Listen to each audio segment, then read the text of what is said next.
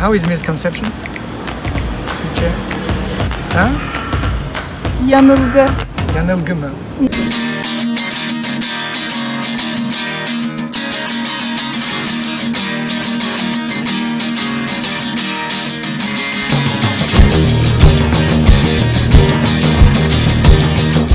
Herkese merhaba. Bugün size Türkiye için yaygın misconceptions, çünkü bu Türkçe kelime ağzıma çıkmıyor maalesef. Tabii ki bu yanılgılar farklı bölge dünyadan geliyorlar. Bulmaya challenge edeceğim diyebilirim. Bu yanılgıların hangi bölge Türkiye için geliyor? Ne bileyim, Avrupa'dan mı, Amerika'dan mı, Latin Amerika'dan mı, Asya'dan mı, Avustralya'dan mı gelen mi, Antarktika mı, hangi tarafta gelen bu yanılgılar? Yorum yazabilirsiniz. Nereye geliyor, nereden ya da nereye geliyorlar bu yanılgılar? So, hello everyone.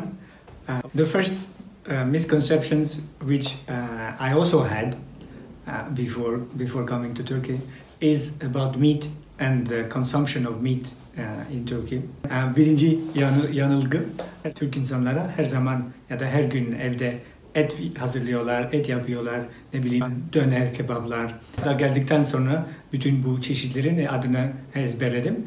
Adana, Urfa, testi kebaplara, şiş kebaplara, döner yerleri öğrendim. Genelde filmlerde ya da reklamlarda ben Türkler her zaman et yiyorlar. Her zaman evde kebaplar yapıyorlar, parti diyorlar şeylerle. Döner, tabii ki döner unutmayacağız. Biraz abartacağım ama evde bir oda var, oraya her zaman döner odası ya da kebap odası, mutfaktan bir parçanı, kebap parçalarını.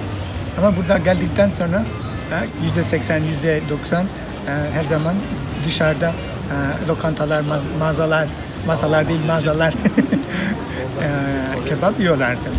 O yüzden bu biraz yılgınlık mı nasıldı? Yanılgı. Çünkü genelde Türk insanlara evde kebaplar ve dönerler yapmıyorlar. Dışarıda yiyorlar. Kebap restoranlar, döner restoranlar, lokantalar genelde hep dolu. Evde yapım kebaplar az oluyor. İkincisi parçası da vardı. Sadece et ya da döner şeylerle de yemiyorlar. Tabii ki Türkiye, onun adı zeytinyağlı yemekler de vardı ya da sulu yemekler var. Ya da mezeler tabii ki var. Genelde güzel oluyorlar. I used to wonder about this also myself. The presence of the desert in Turkey. İkinci yanılgı, Türkiye çöl olduğunu ya da çöl vardı düşünüyordum. Bu yanılgı uzak olan ülkeler gelebilir düşünüyorum. Diyeceksiniz, sen yakın oluyorsun ama tekrar düşünüyorsun. Bunun ikinci parçası, bütün Türkiye'den her zaman havaya ya da temperatürlere çok sıcak olmaya düşünebilir. Yabancılar Türkiye gelince her zaman ince kıyafetler gelmek istiyorlar. Çünkü düşünüyorlar ki burada çok sıcak her zaman olacak. Çöl olduğu için. O yüzden ince kıyafetler geliyorlar.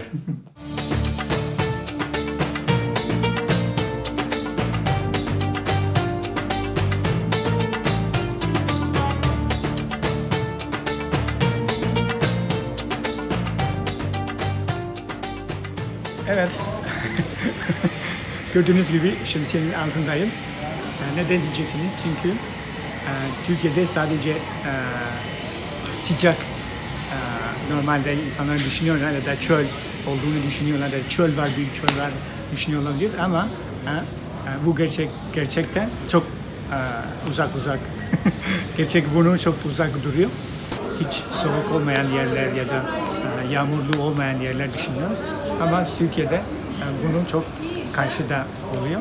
Çünkü çöl yok, sıcak olan yerleri çok yok ve yağmur olan yerler de var. Yağmur olanlar Karadeniz, North, kuzey olan bir yer. Sıcak olan yer genelde güney, Akdeniz ya da Ege taraftar sıcak oluyor. Ama o kadar sıcak olmuyor. Snow yayan yerler de var. Büyük büyük uzun uzun dağlar da var. Hiking yapan yerler de var, şeyler de var. Aslında bir güzel bir adı da var. Kartepe. Kar yayan bir tepe var. Snow Hill. Oraya genelde İstanbullular her kış ski yapmaya gidiyorlar. Our third misconceptions that I believe it's somehow true. It's about Turkish coffee. Starting by the name being Turkish coffee, it's supposed to be drunk all the time, every day by Turkish people. Üçüncü, benim için de biraz doğru ya da biraz inancım olabilir. Türk kahve. Adını başlayınca Türk kahvesi, insanlar düşünür ki Türkler her zaman, her gün sabah kahvaltı, akşam şeyler Türk kahve içer.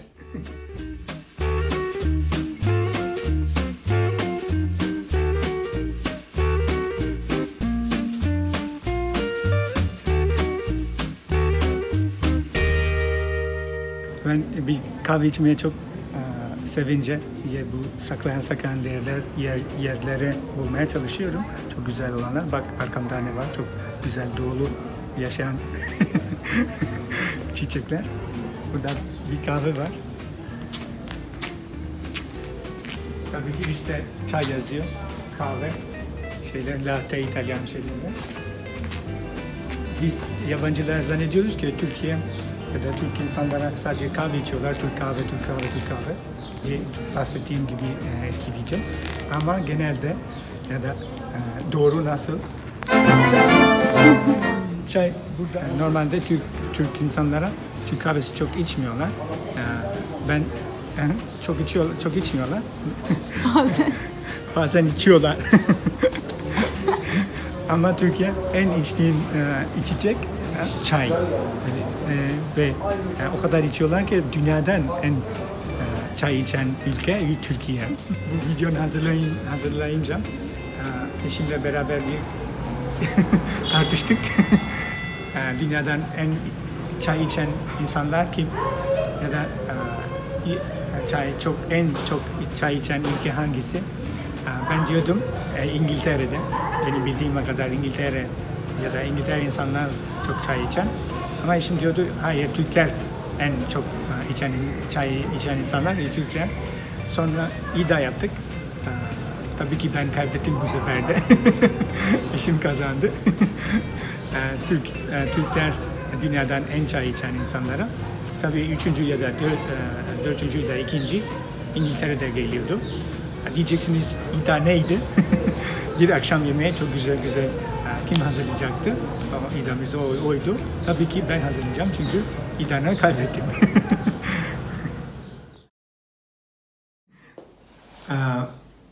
Türkiye eskiden de olabilirdi ama şimdi her erkeğe ya da çoğu erkekler sakal ya da mustaş değil. Onlar yok değil. Gülmekten sakalım düşecek. This one.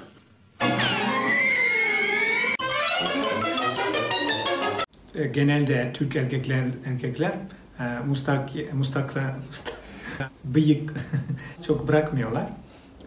Ama hangi yaş grubu gördüm? Yaşlı grubu gördüm. Onlar kötü hissetmeye yapmak için. Ama gençler ya da orta yaş genelde insanlara, erkeklere ya da biraz sakal bırakıyorlar benim gibi ya da hiç bırakmıyorlar, kesiyorlar. Gençler farklı modeller ya da şeyler yapıyorlar ama bıyık ya da mustaş çok olanlara yok. Sıradaki devam ediyoruz. Of course, the question is which city is the capital of Turkey? Tabii ki soru Türkiye'nin başkenti hangisi?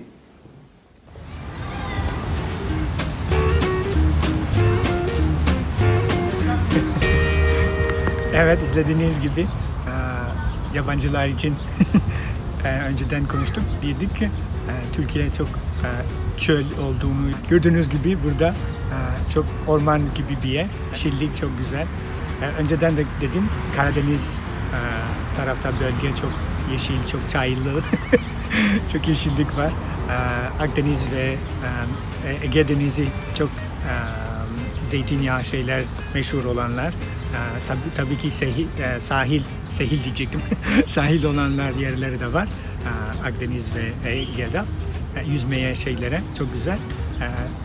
Burada çok güzel doğal olduğu bir yer. Çok sevindik. Sonra ne diyecektim ki biz yabancılar Türkiye düşünce her zaman İstanbul düşünüyoruz. Tabii ki ekonomi merkezi, politik merkezi de oluyor. Sanayi şeylerle de dolu. Ama yabancılar ya da sorduğum o yabancılar her zaman İstanbul başkenti Türkiye'nin olduğunu düşünüyorlar ya da biliyorlar ya da zannediyorlar. Ben de bir zamanda zannediyordum. Filmlerle için, o şeylerle için. Türkiye'nin başkenti Ankara gerçekten ama ikinci başkenti diyebiliriz İstanbul oluyor. İstanbul filmlerle gördüğümüz ibaret ve hayvan sokakları. Sokak hayvanları. Tamam, problem değil bir tane. Sokak hayvanları. Genelde filmlerden İstanbul'un parçalarını gösteriyorlar. Ya da Bosfor'dan ya da Kulesi'den ya da uzaktan Sultanahmet'ten gösteriyorlar. Ama tabii ki İstanbul ya da Türkiye her yerde aynı filmlerde, aynı reklamlarla gibi değil. Bugün burada özleyenlere için Kadıköy'deyiz. Filmlerde Kadıköy'ün birkaç parçalar da gösteriyorlar. Ama her zamanki gibi ya da her zaman filmlerde gibi değil. Genelde benim gittiğim ülkelerden yollar veya sokak hayvanlara temiz bir hayvan görmedik ya da ben görmedim genelde. Ama İstanbul ya da Türkiye'de geldikten sonra anlayacaksınız yollar dolu sokak hayvanları var, kediler, köpekler, ne bileyim filmlerle şeylerle göstermeyen bir parça burada var. O da Kadıköy yanında olan bir yer. Önceden izlediğiniz Kadıköy'ün arka sokaklarla, evlerle, şeylerle size de göstermek ya da size de oraya hissetmek için yaptık. Arkamda normalde adalar var. Filmlerde, şeylerde de göstermiyorlar. O yüzden şimdi değil ama biliriz. Evde, bugünlerde evde olunca dışarı çıkmaya özlüyorsunuz. O yüzden sizin hatırında için çıktık, yaptık. Aklında denizin kokusu gelebilir. Biraz tuzlu. Yemeklere çok tuzlu koymayın.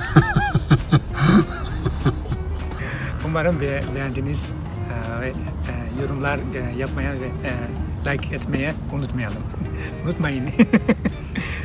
Çok teşekkürler. Diğer videolarımız görüşürüz.